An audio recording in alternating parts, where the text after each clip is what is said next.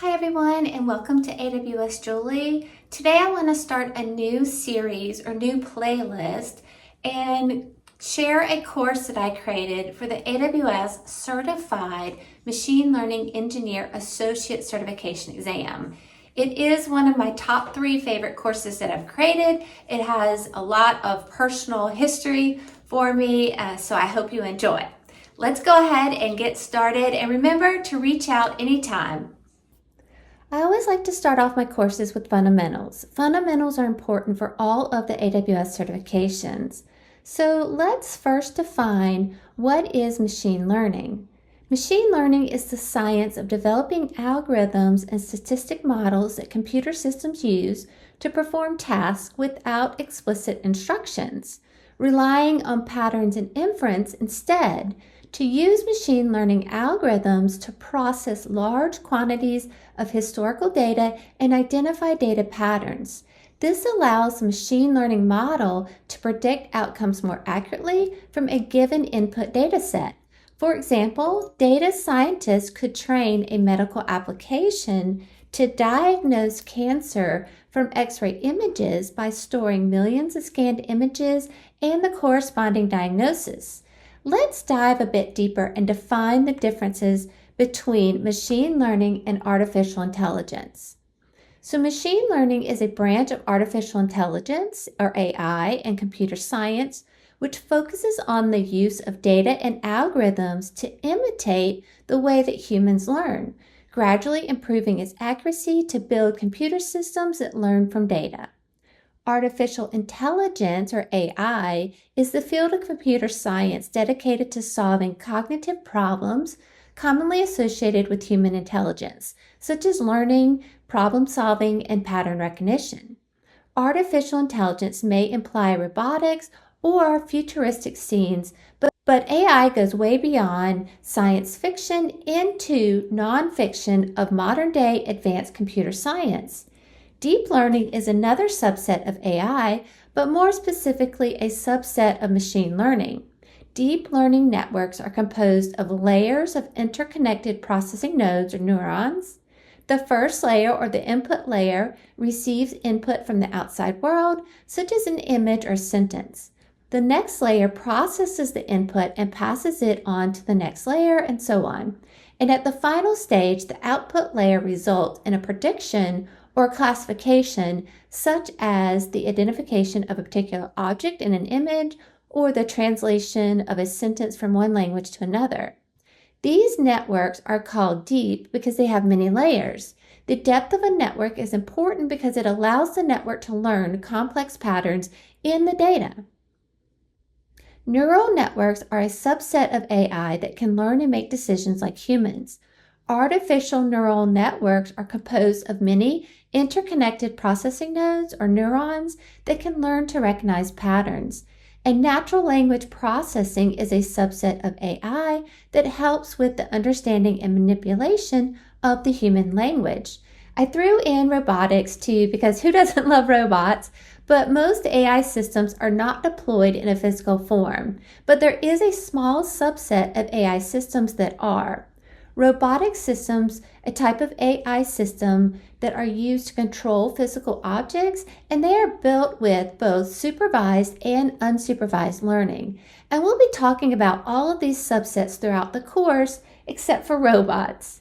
And later on in this course, we will talk about how you can choose from 3 different levels of machine learning services for your workloads in AWS. The 3 different levels are machine learning frameworks and infrastructure, machine learning services, and artificial intelligence services for use cases such as anomaly detection, fraud detection, customer churn, and content personalization or recommendation engines. But back to our fundamentals of machine learning can make predictions about questions we define, and it is important to understand that we must define the questions. For example, if we ask machine learning, is this a picture of a fish? Well, at this point, can machine learning tell you that this is a picture of a fish? Well, no. Instead, we need to reword the question to be more specific and add more data. So what is an example of a more defined question to ask?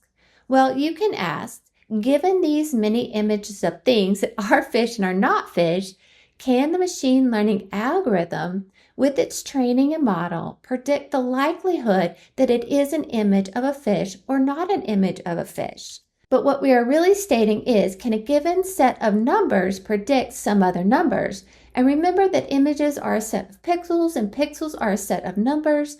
So the machine learning algorithm uses those numbers for each pixel of the image to make a prediction. And for this training, we input things that are images of fish and other things that are not images of fish. And the machine learning algorithm is trained on these images that we input, and the model is able to make a prediction from that training. Now, I just said that given a set of numbers, the machine learning model can predict some other numbers. And an easier example to understand is if we ask machine learning to predict whether a person will get diabetes. So for this question, you will input patient data such as weight, blood pressure, age, fasting blood glucose levels, resting heart rate, and so on, for both patients that develop diabetes and patients that do not develop diabetes. So the data that is inputted has features such as heart rate, blood glucose levels, weight, age, and so on. But this data is also labeled as non-diabetic or diabetic. And this data is all numbers and attributes that the model can examine to predict if the model is given a new set of data from a new patient and predict that if that patient will develop diabetes. So from these two examples, we understand that machine learning can use tables of data, images and other binary objects, text documents, time series data, and more to create a machine learning model. And for the text data and the time series data, there are specific things you need to know to do to that data in order to use it in a machine learning environment. Remember at the start of this lesson, I said that machine learning can make predictions about questions we define, but you must provide the data in a way that can be used with the machine learning algorithms. In this course, we'll talk about different types of data, how to process and transform the data, and how to store the data. Let's continue with machine learning fundamentals and talk about another needed fundamental for this certification exam, and that is the machine learning lifecycle. The first step of the machine learning lifecycle is collecting data. Collecting a lot of quality data to input into your algorithm is probably the most important step in the machine learning lifecycle. Sometimes the collection of data is the responsibility of domain experts, but as machine learning engineers, you can also participate in this step.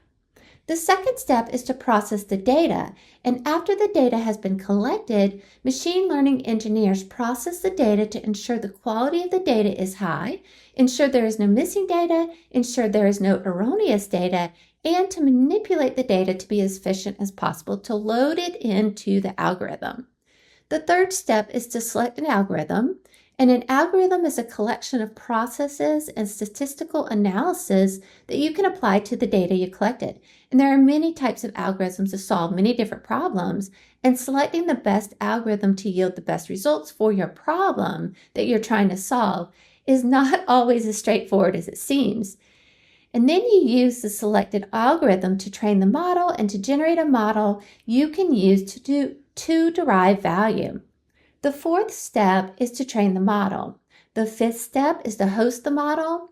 After the model is trained, you then host the model somewhere to compute the answers to the question. And the last step is to make inference, and this is completed by using the model with new data. The algorithm is a method, process, or code, or a combination that performs statistical analysis of data. The algorithm then goes through the process that iterates an algorithm over data to calculate a model. The model is the persistible output from the training, and this model can be saved, stored on a disk, and hosted somewhere to make predictions. The inference is where you process new data through the model to make predictions. The machine learning lifecycle in AWS includes 6 steps. Step 1 is to identify the business goal. Step 2 is to frame the business problem as a machine learning problem. Step 3 is to process the data. Step 4 is to develop the model. Step 5 is to deploy the model. And step 6 is to monitor the model. So we'll continue to define terms and talk about the machine learning lifecycle as we continue through this course, both through the machine learning lifecycle that we just talked about in this slide and the AWS well-architected machine learning lifecycle. Let's continue with machine learning fundamentals. Another fundamental needed for this exam is to ensure you understand the different types of machine learning. There are 3 main types of machine learning, and for each type of machine learning, there are multiple machine learning algorithms, and there are more types of machine learning too, but I think the others are all subsets of these 3 types. Up first is supervised learning. We talked about this earlier when we were talking about inputting patient data to predict if they will likely develop diabetes, and also if the images are images of fish or not a fish. Supervised learning can make predictions about what it will see in the future from this data that it has seen before. This is supervised learning because the images were labeled as fish or not a fish. Remember when we were inputting different records of data to predict whether people would develop diabetes? There were features and a label. The label stated whether the patient developed diabetes or did not develop diabetes, and the features were different attributes of the patients, such as age, weight, blood glucose levels, blood pressure, and so on. And this is the data that is used to train the model. Then the model can make predictions with new data that does not have a label, and then this is supervised learning because we are providing data in numbers of different patient data that developed diabetes and data in numbers of different patient data that did not develop diabetes. And this model is supervised because the input data was labeled with data and numbers for patients that developed diabetes and also data and numbers of patients that did not develop diabetes. Supervised learning is when we know the answer to data sets we are inputting and we want predictions about new data. Before we move on to unsupervised learning, I want to talk about different types of supervised machine learning problems and their use cases. We have classification and regression. I also want to mention that Amazon SageMaker built-in algorithms are designed for classification problems and regression problems. Unsupervised learning is data that has features but is not labeled. Unsupervised learning is used to detect patterns in data that have not been seen before, and the way it will make predictions is different from the way supervised learning makes predictions. And for unsupervised learning data sets, it cannot decide who has diabetes and who does not. But we could use a machine learning algorithm to group the data into clusters or split the data into a certain number of groups. It would go through all of the input data and look for patterns and identify those records or features and then split the data into different groups. And the algorithm would not understand the significance of these different groups, but a domain expert could examine the outputs, or you could use the classification as a pre-processing step before doing another machine learning activity. The last type of machine learning that I want to cover is reinforcement learning. And I'm going to borrow an example from one of my absolute favorite instructors, Mike Chambers. Reinforcement learning starts with an algorithm that has not been trained, and it starts off with random data. You, as a machine learning engineer, define an action that the algorithm can do. When that data is classified correctly, the algorithm receives reinforcements or a reward that the classification was correct. So the algorithm determines the correct action based on rewards previously given. Mike teaches the reinforcement learning with an example of the machine learning engineer giving the algorithm a cookie with correct classifications. Let's move on and walk through an example. So when I was young, my dad owned a scuba diving shop called Scuba Syndrome, and I was responsible for all of the rental dive gear such as masks, fins, snorkels, buoyancy control devices or BCDs, tanks, regulators, wetsuits, and so on. So let's say that I need to design a machine learning algorithm that I can use to predict the size of gears I need to pack for our scuba diving charters. And I can use the previous charters and the amount of gear I packed for previous charters to predict how much gear I need to pack for future charters. And I can use the height of the previous customers and the gear that I packed for them. Then I can plot those historical data points on a graph. And let's just pause and look at my beautiful family. These are my daughters and my dad, and I just love them all. So let's jump back to the course. I can plot the historical data points on a graph. So on the x-axis, I have the height of the person, and on the y-axis, I have the size of gear that I previously packed for that person. And once the data points are plotted on the graph, we can see a linear relationship between height and size of gear. And this is sort of what you would expect to see. The larger person, the larger size of gear that is needed. And we can draw on this graph a line that represents a generalized linear relationship. And we can use this line to make predictions about new students or customers that sign up for a dive charter. And this is an example of what machine learning does. It takes data, forms a relationship between the data, and gives you the ability to make predictions. So here is a question. Why don't we draw a line through every data point and use that line instead to predict the actual size of gear a student or customer will need? Well, we also have to have other data points, such as testing data that we use to evaluate the effectiveness of our line. So in this graph, the blue data points are the training data, and the orange X data points are the testing data. And we have the linear line that was the output from that training data. And the squiggly line that connects all of the data points together from our training data. So at this point, you can evaluate the data points against the lines with the specific data points used for testing. And the way that we do that is to remove the data points for the training data. Then we measure the vertical distance between testing data points and the actual data line. And we add those distances together and store that number. And then we repeat the process with our linear line and add distances of those data points and store the number. And you can see the difference between the two lines. The original data point squiggly line is larger and farther away from the testing data than the linear line. So the linear line better represents the relationship between height and size of gear needed for customers and students.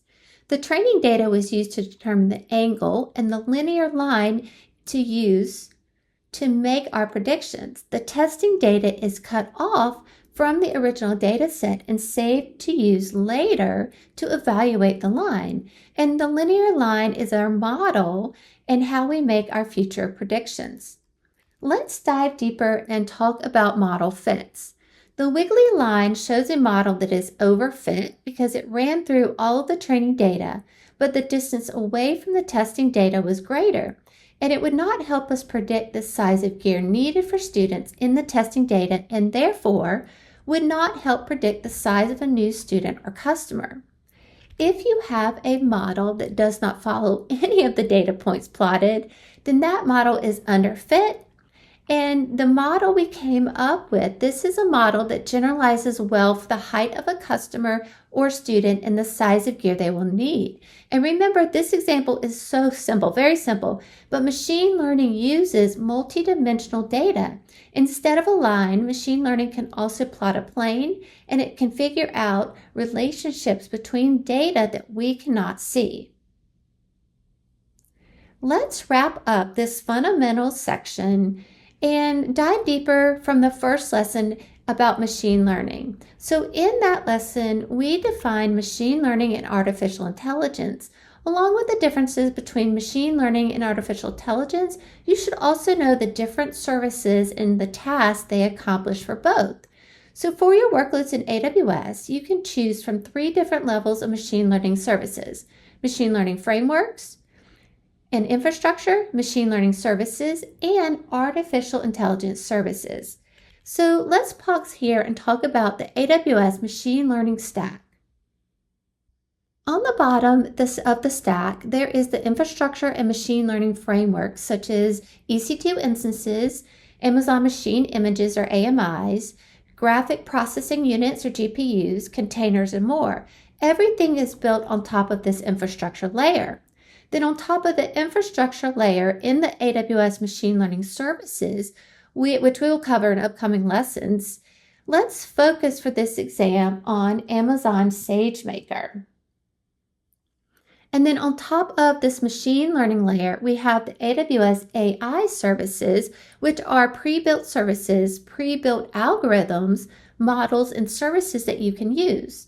These are all pre-built models already trained by AWS, and you can use these services and integrate them into your applications. So if you know how to integrate with an application programming interface or API, write code, or work with the AWS Software Development Kit or AWS SDK, then you can use these services without having to understand machine learning and artificial intelligence.